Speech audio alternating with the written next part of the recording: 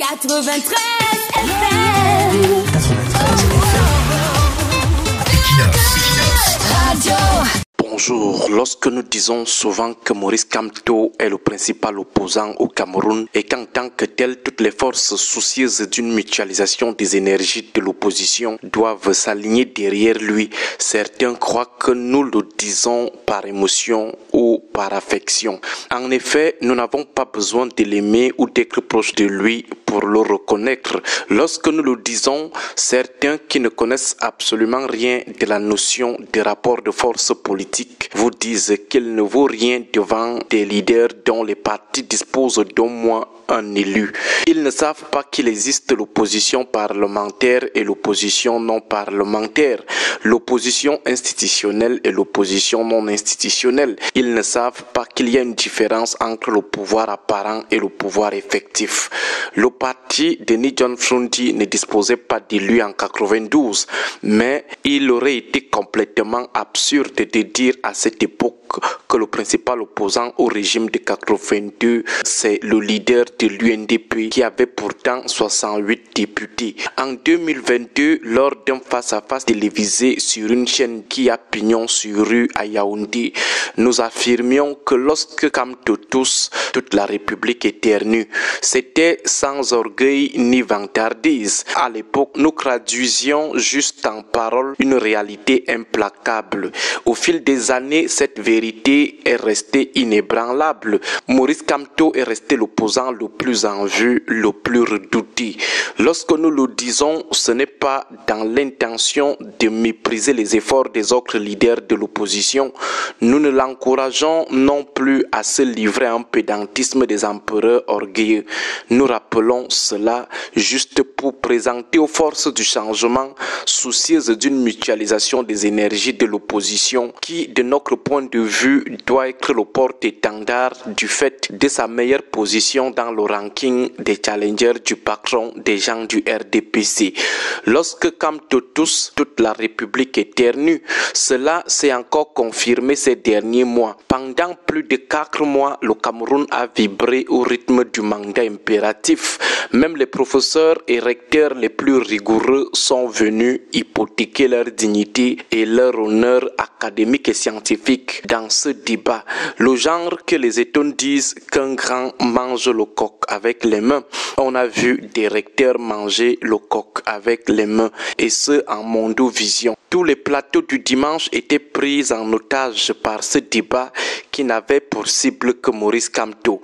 Aujourd'hui, depuis l'annonce de sa candidature sous la bannière du Manidem, tout le pays est à nouveau en transe. Plusieurs promoteurs des journaux à gages n'arrivent même plus à contenir leur nervosité. Ils se comportent comme des grogués. Par pudeur, nous n'allons pas revenir sur certains titres lus la semaine dernière. Le voyoutisme pur et simple. Certains membres du gouvernement ne sont pas épargnés par cette nervosité. Ils n'arrivent même plus à contenir leur haine. C'est plus fort que eux. Ils avaient déjà préparé le rejet de la candidature de Kamto au cas où elle était présentée par le MRC sous le fallacieux prétexte de partis non représentés. Maintenant que l'homme leur a filé une panenka, ce sont des pleurs à chaudes larmes dans le quartier. Sur les plateaux de ce dimanche, certains se sont laissés emporter par la rage. Ils se tordent de douleur devant les caméras. À côté, il y a ceux qui s'arrachent complètement les cheveux, les ongles et la peau pour démontrer que même sous la bannière du Manidem, la candidature de Maurice Kamto est toujours non conforme. Ils nous font de la peine. Ils ne méritent pas ce qui leur arrive. Mais nous ne pouvons rien pour eux. Leurs cœurs sont déjà considérablement consumés par la haine. Leurs esprits sont déjà suffisamment abîmés par la kamtophobie, la phobie de Kamto.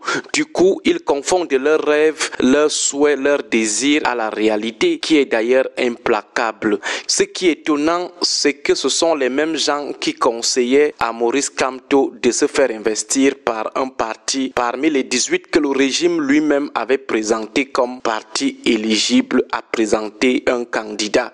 Maintenant que Maurice Kamto les a écoutés, les pleurs redoublent de volume. Il pleure davantage. S'il ne les avait pas écoutés, il serait certainement en train de dire aujourd'hui qu'il est autiste, orgueilleux. Ce sont par ailleurs les mêmes gens qui nous disaient que leur position enragée sur le mandat impératif était motivée par la seule lecture objective des lois, par le seul souci de faire respecter la loi. Maintenant que Maurice Kamto les abandonne avec le débat, il se fait investir par le manidem.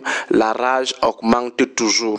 Ces mêmes gens disaient que derrière leur rage, il n'y avait aucune peur, qu'ils ne redoutaient pas Kamto, qu'il n'était pas question pour eux d'éviter de l'affronter aux élections. D'ailleurs, il ne pèse pas grand-chose. Ces mêmes gens aujourd'hui sont les premiers à épuiser toutes les larmes de leurs yeux sur leur page Facebook qu'ils ont transformée en mur de lamentation.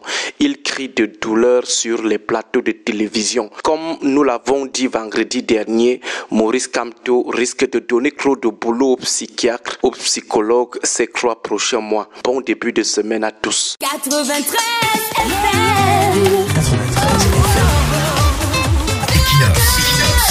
FM.